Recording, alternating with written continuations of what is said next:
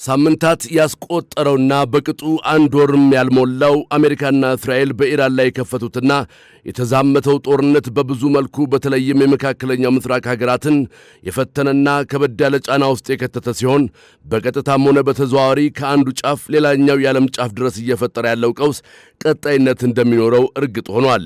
ኢትዮጵያም የዚህ ችግር ተጠቂ እንደመሆኗ በተለይም ጠንካራ ኢኮኖሚ ለመገንባት ከማቀዱ አንጻር ይህ ጦርነት የሚያሳድረው ጫና በቀላሉ የማይታይና ወር ባልሞላው ጊዜ ውስጥ በከፍተኛ ሁኔታ የነዳጅ ጭማሪ እንድታደርግ ያስገደዳት እንደሆነ መንግስት ገልጿል።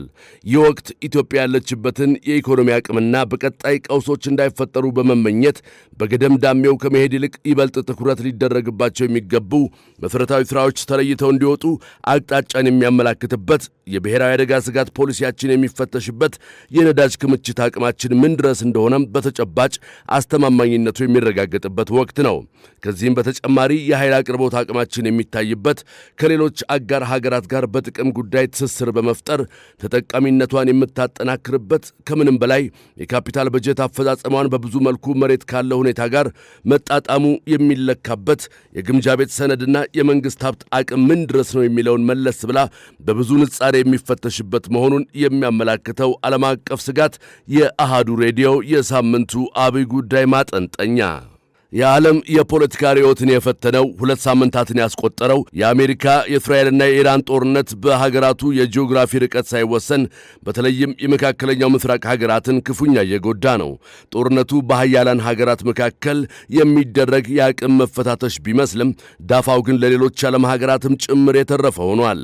ጦርነቱ በተጀመረ በቀናት ጊዜ ውስጥ ከፍተኛ ጭማሪ እያሳየ በመጣው የነዳጅ ዋጋና የንግድ እንቅስቃሴ ገደብ ምክንያት እየደረሰ ያለው ጫና የዓለማችን ብሎም ቶሎ ቶሎ ሆድ ለሚብሰው የኢትዮጵያ ኑሮ ፈተና እንደሚሆንበት አስቀድሞ የተረዳው አሃዱ ምን ተሻለን የቤት ሥራው አድርጎ ለቀናት መክሮበታል።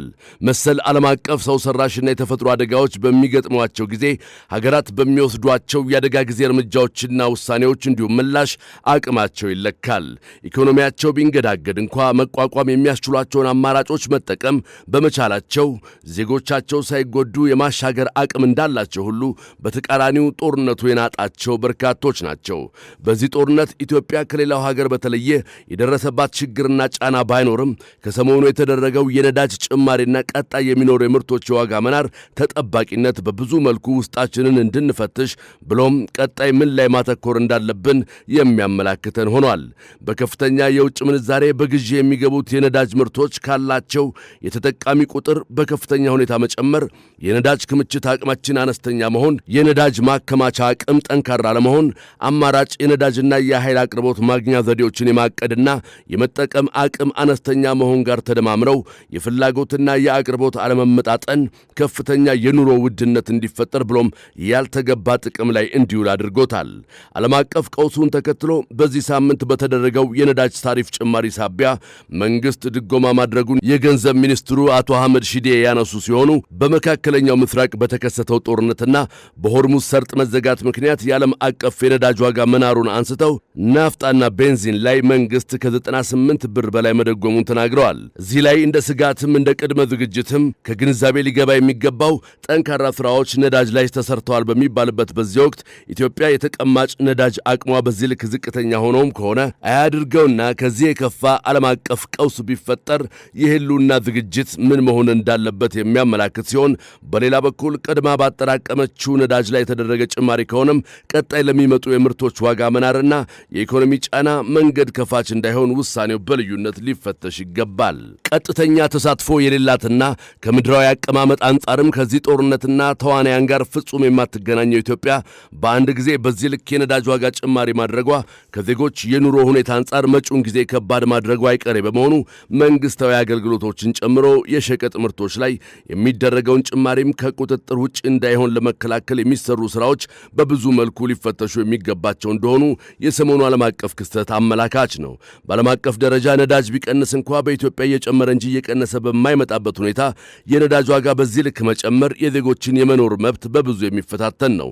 እንዲህ ባሉ ወቅቶች ጭምር መፈተሽ የሚገባቸውና አዋጭነታቸው መታየት የሚገባቸው ሀገር በቀል የኢኮኖሚ መፍትሄዎች በተጨባጭ ይዘው የሚመጧቸው ዕድሎች ጠረጴዛ ላይ ቀርበው ዜጎችን የማጥገብ አቅም ይኑራቸው። ባያጠ ሳይጠግቡ እንኳን እፎይታን ይስጡ። ውስጣዊና ውጫዊ የተፈጥሮና ሰው ሰራሽ ችግሮች ሲፈጠሩ የመቋቋም አቅምን ያጎለብታል ተብሎ የሚታመንበትና ከዜጎች ገቢ ላይ ሳይቀር እየተቆረጠ የሚደጎመው የአደጋ ስጋት ሥራ አመራር ሥርዓታችን እንዲህ ባሉ ወቅቶች ሊኖረው የሚገባ ድርሻ መለየት አለበት። በድርቅና በወረርሽኝ ብቻ ሳይሆን ዜጎች መሰል ጫናዎች በሚገጥሟቸው ወቅትም የመንግሥትንም ኃላፊነት በመጋራት ረገድ አበርክቶ የሚታይ ሊሆን ይገባል። ከግብር በተጨማሪ በተለያዩ ምክንያቶች ከዜጎች የሚጠየቁ የሚቆረጡና እንዲከፍሉ አስገዳጅ መመሪያዎች የሚቀመጥባቸው ወጪዎች ላይ በየጊዜው የሚደረግ የነዳጅ ዋጋ ጭማሪ ታክሎበት ሀገር መኖሪያ ሳትሆን መማረሪያ እንዳትሆን ዜጎች የሚታገዙባቸው ሌሎች የገቢ አማራጮችን መንግሥት በብዙ መልኩ ሊቃኝ ይገባዋል። የሰላም ጦትን ያዋጣኛል ባለው አማራጭ ሁሉ በማስወገድ አሰስገሰሱን ምርት በከፍተኛ የውጭ ምንዛሬ ወደ ሀገር ውስጥ የማስገባት አካሄድን ወደ ጎን በማድረግም ጭምር በሀገር ውስጥ ምርት ሊሸፈን የሚገባውን በሀገር ውስጥ ምርት በመተካት አንገብጋቢ ተብለው ለሚታሰቡ ምርቶች ብቻ ልዩ ትኩረት ማድረግ የሚያስገድድበትም ጊዜ ሆኖ ተገኝቷል። ከዚህ ጋር በተገናኘ የካፒታል በጀት አፈጻጸም ጉዳይ በዚህም ወቅት በጥብቅ ሊፈተሽ ይገባል። አብዛኛው የካፒታል በጀት ፈሰስ ወደ ነፈሰበት አመዘነ ወይስ ለሚገባው ተግባር ውሏል የሚለውና ይሄኛው ከዚያኛው ሊቀድም ይገባል በሚል የተሰላ አካሄድ እንዲህ ባሉ አስቸጋሪ ወቅቶች ጭምር ወደ ተግባር የማምጣት ብቃት ወቅቱን የሚዋጅ እንደሆነ ልብ ይባል። እንዲህ ባሉ ወቅቶች የሀብት ብክነት ቁጥጥርና ሙስና የሕዝብን ቀንበር ከሚያከብዱና የሀገርን ኢኮኖሚ ከሚያደቁ ችግሮች መካከል ተጠቃሽ ናቸው። በኪራይ ወደብ የሚገባና በብዙ ውጣ ውረዶች አልፎ ከፍተኛ ሀብት ባክኖበትም ጭምር ወደ ሀገር ውስጥ የሚገባው የነዳጅ ምርትም ለእነዚህ ችግሮች የተጋለጠ እንደመሆኑ በግል ብቻ ሳይሆን በመንግሥት ተቋማት ደረጃም ግልጽነት ያለውና ወጥ አሰራር ሊዘረጋለት የሚገባ ጉዳይ እንደሆነ ከዚህ ቀደም አሃዱ በተደጋጋሚ ሲያነሳ ቆይቷል።